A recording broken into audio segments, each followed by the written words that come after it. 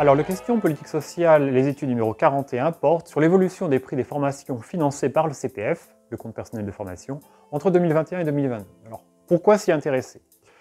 Eh bien, on a constaté que le prix horaire moyen par an des formations achetées avait beaucoup augmenté entre 2020 et 2022 de 63%, c'est-à-dire un chiffre sans commune mesure avec l'inflation d'ensemble, qui est de l'ordre de 7 ou 8%.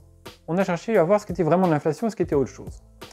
L'inflation, c'est quand le prix de formation aux caractéristiques identiques d'une année sur l'autre évolue à la hausse.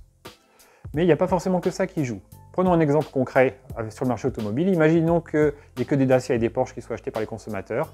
Si d'une année sur l'autre, la part des Porsche achetés augmente au détriment de la part des Dacia, ben forcément, le prix horaire moyen par an des véhicules achetés augmente, puisque les Porsche sont plus chers, mais sans que ni Dacia ni Porsche n'aient forcément augmenté leur prix. Donc on a voulu en avoir le cœur net en examinant l'évolution de la structure de la consommation, quel type de consommation de formations ont été consommées en 2020, 2021, 2022, et en regardant aussi beaucoup le renouvellement des offres.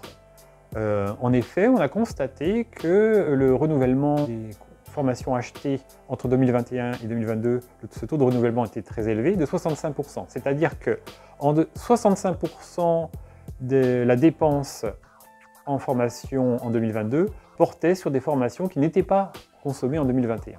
Et donc, si on regarde vraiment l'évolution des prix de formation aux caractéristiques identiques d'une année sur l'autre, c'est-à-dire proposés par le même organisme de formation, pour le même libellé de certification, dispensés dans les mêmes conditions, intégralement distanciel en présentiel ou bien en mode mixte, et avec la même durée horaire. Et donc, si on regarde l'évolution des prix de formation avec ces caractéristiques identiques, ce qui est vraiment l'inflation, on constate que la hausse des prix est modérée. Plus 4,4% en 2021, plus 3,2% en 2022, soit plus 7,7 sur 2 ans, quelque chose de tout à fait comparable à l'inflation d'ensemble. Alors pourquoi cet écart entre cette inflation de 7,7 en 2 ans et la hausse du prix horaire moyen par an de 63%? Eh bien, c'est lié à une modification des caractéristiques des formations consommées, et en particulier à une évolution de la durée des formations. C'est-à-dire qu'un assez grand nombre d'organismes de formation ont continué d'une année sur l'autre à proposer les mêmes formations préparant à la même certification, dispensées dans les mêmes conditions, distancielles, présentielles ou mixtes, mais en réduisant la durée.